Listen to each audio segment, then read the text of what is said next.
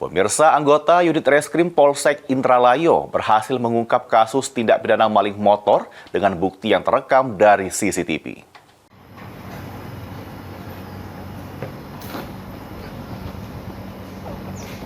Tersangka maling kendaraan motor inisial M, warga Dusun 1 Desa Arisan Gading, Kecamatan Indralayo Selatan, Kabupaten Ogan Ilir, diringkus petugas unit reskrim Polsek Indralayo.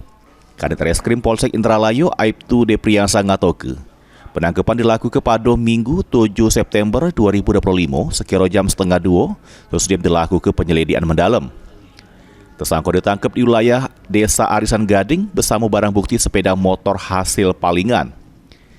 Kejadian bermula pada Minggu 31 Agustus 2025 sekira jam 6:30. Pas korban Edward, warga Dusun 3 Desa Tebing Gerinting Utara, dapati sepeda motor punyonyo yang terparkir di teras rumah sudah melengit.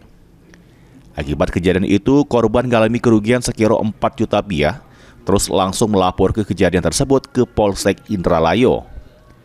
Guna menanggung jawab perbuatannya, tersangka harus ngedekam di tahanan Polsek Indralayo. Tersangka dijerat dengan pasal 363 KUHP dengan ancaman hukuman 7 tahun penjara.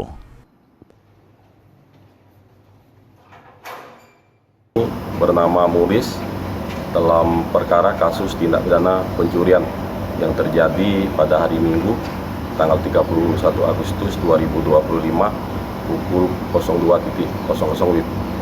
Tersangka ditangkap di mana? Untuk tersangka kami amankan di Desa Arisan Gading pada hari Minggu tanggal 7 September 2025 pukul 01.30.